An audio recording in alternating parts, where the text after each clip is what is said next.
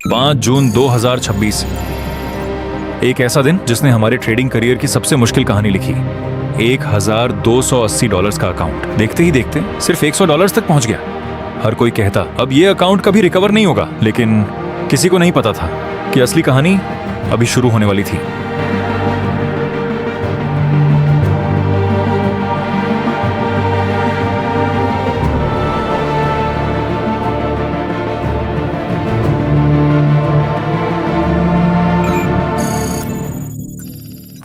हमारा बायस sell side था। यार अब तो नीचे ही आना चाहिए इसको। अब तो मैं जो मेरा अब एनालिसिस है वो यही है कि अब इसको इस लो तक वापस आ जाना चाहिए।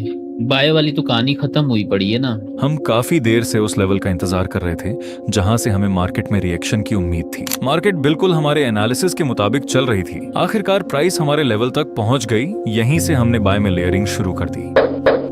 एक के बाद एक हमने बाय एंट्रीज ऐड करनी शुरू कर दी, लेकिन मार्केट लगातार नीचे जाती रही। फिर भी हमें अपने लेवल पर पूरा भरोसा था। इसी दौरान मार्केट ने H1 पर एक बेहद खतरनाक कैंडल क्लोज की। आप कैंडल देख रहे हैं, H1 क्लोज कर दी इसने।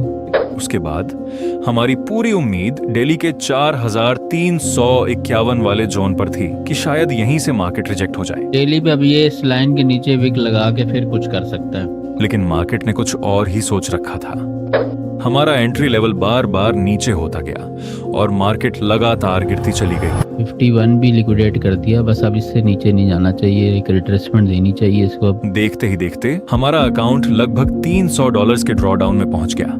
फिर अचानक एक जबरदस्त बाय पंप आया। मार्केट ने हमें ब्रेक इवन तक पहुंचने का मौका भी दिया, लेकिन हमारा प्लान छोटा प्रॉफिट लेना नहीं था। हमारा टारगेट था एक बड़ा रिवॉर्ड। और बस यहीं से कहानी ने फिर एक नया मोड़ लिया। ब्रेक इवन पे तो हम भी आ गए हैं, प्रॉफिट में भी आ गए। $8, 10, 17। ब्रेक इवन दिखाने के बाद मार्केट दोबारा हमारे अगेंस्ट चल पड़ी। कुछ ही देर में हमारा ड्रॉडाउन $450, फिर $500 और फिर $600 तक पहुंच गया। आखिरकार जब मार्केट ने हमारे लगभग सभी एविडेंस और एनालिसिस को इनवैलिड कर दिया, तो हमें मजबूरी में $680 का लॉस एक्सेप्ट करना पड़ा। और फिर यहीं से हमारा अगला सफर शुरू हुआ। कभी फायदा होगा, कभी नुकसान होगा। बिजनेस में जितने भी फिजिकल कारोबार करते हैं उनमें देखो ना, कभी इतने बुरे दिन आते बंदा कहता है यार मैं कहाँ था कहाँ आ गया, फिर वो हालात सेट हो जाते हैं। बट उन्हीं के होते हैं जो उसमें डटे रहते हैं, जो उसमें काम करते हैं। प्रॉफिट और लॉस दोनों ही इस बिजनेस का हिस्सा है। नहीं शकील कुरैशी भाई, वाश नहीं होगा। डबल होने के चांसेस है, वाश नहीं होगा। हाँ ये है कि कुछ लॉस हुआ, वो तो जाहिर सी बात है, इतने दिनों बाद इतना तो बनता ही है। और इन सब के पीछे एक और वजह थी। हमारे शाहरुख भाई का कुछ खट्टा खाने का बहुत मन कर रहा था। रोज मीठा मीठा खाएंगे तो शुगर हो जाएगी, खट्टा भी तो खाना चाहिए, नमकीन। खैर मजाक अपनी जगह ही। अगर उस वक्त हम रिवेंज ट्रेडिंग के मोड में चले जाते तो शायद हमारा पूरा अकाउंट भी खत्म हो सकता था, लेकिन हमने अपने इमोशंस पर कंट्रोल रखा। हमारे चैनल का बस एक ही मकसद है कि लॉस है या प्रॉफिट है, सामने है भाई। आप फैसला करो ये सही है या गलत है। मैं ये नहीं कहता कि इस मार्केट के अंदर या मेरी स्ट्रेटेजी में या मेरी ट्रेडिंग में लॉस नहीं है, बट जो है आपके सामने है। हम चाहते तो ये लॉस आप सबसे छुपा भी सकते थे, लेकिन इस चैनल पर हम सिर्फ प्रॉफिट नहीं दिखाते, हम प्रॉफिट भी दिखाते हैं और लॉस भी, क्योंकि ट्रेडिंग में दोनों ही रियलिटी है। बस मेरा तो यही मिशन है कि यार जो चीज है वो ट्रांसपेरेंट होनी चाहिए। बस वो समझते हैं शायद ऐसी कोई चीज है मार्केट के अंदर जो हम सीख लेंगे तो लॉसेस नहीं होंगे। ऐसा कुछ भी नहीं है मार्केट के अंदर। आप अच्छी से अच्छी स्ट्रेटेजी सीख लो, किस अच्छा मेथड सीख लो, कुछ भी कर लो, एक बैड डे जरूर आएगा आपके वीक में, मंथ में, ईयर में, लाइफ में आएगा जरूर, जिसमें आपको कुछ समझ नहीं आएगी मेरे साथ क्या हुआ। एक मेंटर के ऊपर एक ही वक्त में कितना प्रेशर होता है, ये सिर्फ एक मेंटर ही समझ सकता है। यार न्यूज भी उसके चक्कर में नहीं पढ़ना चाहिए, जैसे मैं पहले भी कहता हूँ, लेकिन फिर भी ना चाहते हुए भी कहीं बंदा पढ़ ही जाता है यार, क्योंकि ऐसा माहौल बन जाता है ना कि बंदा उससे बच नहीं पाता। तो वो फिर मिस्टेक हुई, और मिस्टेक जब हुई तो मार्केट तो नहीं देखती कि ये मेंटोर है या फलां है या जो भी है। मार्केट कहती है भाई मिस्टेक हुई है तो आ जाओ नीचे। और फिर हमने धीरे धीरे अपनी रूटीन पर वापस आना शुरू किया। हमें पता था इस लॉस की रिकवरी एक दिन में नहीं होने वाली, इसे सिर्फ डिसिप्लिन और पेशेंस के साथ ही रिकवर किया जा सकता था। लेकिन अगला दिन हमारे लिए एक और चुनौती लेकर आया। मार्केट ने हमारा एक और स्टॉप लॉस हिट कर दिया और हमारा अकाउंट $508 तक आ गया। प्रेशर था, स्ट्रेस भी था, लेकिन कामयाब वही ट्रेडर बनता है जो ऐसे वक्त में भी अपने इमोशंस को कंट्रोल करना जानता हो। ट्रेडिंग में सिर्फ स्ट्रेटेजी ही सब कुछ नहीं होती, साइकोलॉजी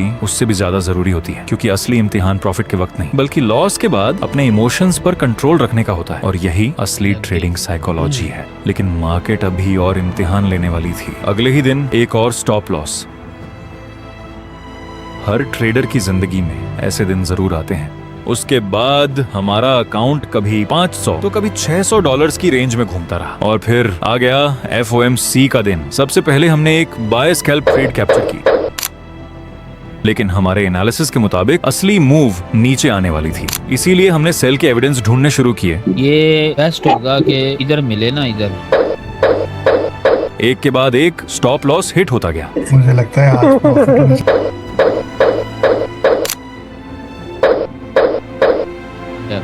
और हमारा अकाउंट फिर से लगभग $480 पर आ गया। लेकिन अभी एक आखिरी उम्मीद बाकी थी। FOMC से सिर्फ 2 मिनट पहले हमने फिर से सेल एंट्री ली। दिल कर रहा है किसी का सेल मारने का। मेरा कर रहा है। सिर्फ 20 पिप्स का स्टॉप लॉस। न्यूज तक रुक जाए यार, न्यूज से पहले ना ले रही है असल। ज्ञान बू कह रहे हैं बुलिश 4550 कमिंग। और दिल की धड़कनें पहले से कहीं ज्यादा तेज थी। फिर अचानक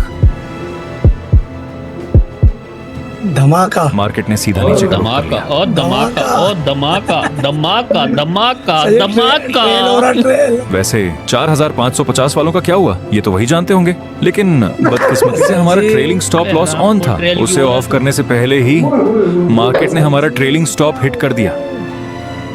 यार ट्रेलिंग ले गया। ऐसे वक्त पर गुस्सा तो बहुत आता है, लेकिन आखिर में इंसान को वही मिलता है जो उसकी किस्मत में लिखा होता है। अबे यार आपने shit ध्यान यार नहीं दिया। ट्रेल पता नहीं किधर से ऑन है यार ये। तो इसको कब तक होल्ड करना है? तो मेरा तो ओए कितना छोटा सा एसल था, कितना छोटा सा एसल। ट्रेलिंग स्टॉप हिट होने के बाद हमने जल्दबाजी नहीं की। हमने एक अच्छे सेटअप का इंतजार किया। मार्केट लगातार नीचे आती रही और हमारे बाएं जोन तक भी पहुंच गई। इतनी तेज गिरती हुई मार्केट में अच्छों की हिम्मत जवाब दे जाती है, लेकिन हमने हिम्मत करके बाई ली। यहाँ से एक रिट्रेसमेंट आ सकती है, इसको कैप्चर करें। और मार्केट ने कहा काका अभी नहीं। फिर हमने दोबारा सेल सेटअप का इंतजार किया। मार्केट आई, लेकिन पहली ही एंट्री में स्टॉप लॉस हिट हो गया। अल्लाह आपका भला करे। लगता है मार्केट को हमारे स्टॉप लॉस से कुछ ज्यादा ही प्यार था, बिल्कुल सही है। लेकिन हमने हार नहीं मानी। एक बार फिर एंट्री ली और इस बार मार्केट ने शानदार रिवॉर्ड दिया। आखिरकार FOMC का दिन हमारे लिए यादगार बन गया। और फिर कई दिनों तक यही सिलसिला चलता रहा, कभी प्रॉफिट कभी लॉस। लेकिन 26 जून से रिकवरी की असली कहानी शुरू हुई। H1 पर हमें एक मजबूत सेलिंग जोन मिला। उम्मीद थी कि मार्केट यहाँ से लिक्विडिटी स्वीप करके नीचे जरूर जाएगी। चलो यार अपने एरिया को टच कर रहा है, एक ट्रेड कर लेते हैं, ऐसा ओपन रहने देते हैं। बस हमने उसी जोन से ट्रेड ली और पूरे 3 दिन तक उसे होल्ड किया। आमिर भाई असल से तो हार्ट अटैक आ जाना। अरे यार वैसे जितने हार्ट अटैक मार्केट हमें दे चुकी है ये तो कुछ भी नहीं था। फिर मंडे को मार्केट ओपन होते ही हमारा TP1 हिट हो गया और अगले ही दिन रात को TP2 भी हिट हो गया। वहीं से हमने बाय भी ली और मार्केट ने हमें शानदार कंपाउंडिंग का मौका दिया। तो अब आ गया NFP का आखिरी दिन। उस दिन मार्केट ने किन एक के बाद एक जबरदस्त एंट्रीज दी। हमने अपना पूरा प्रॉफिट हेज किया और अपना वीक क्लोज कर दिया।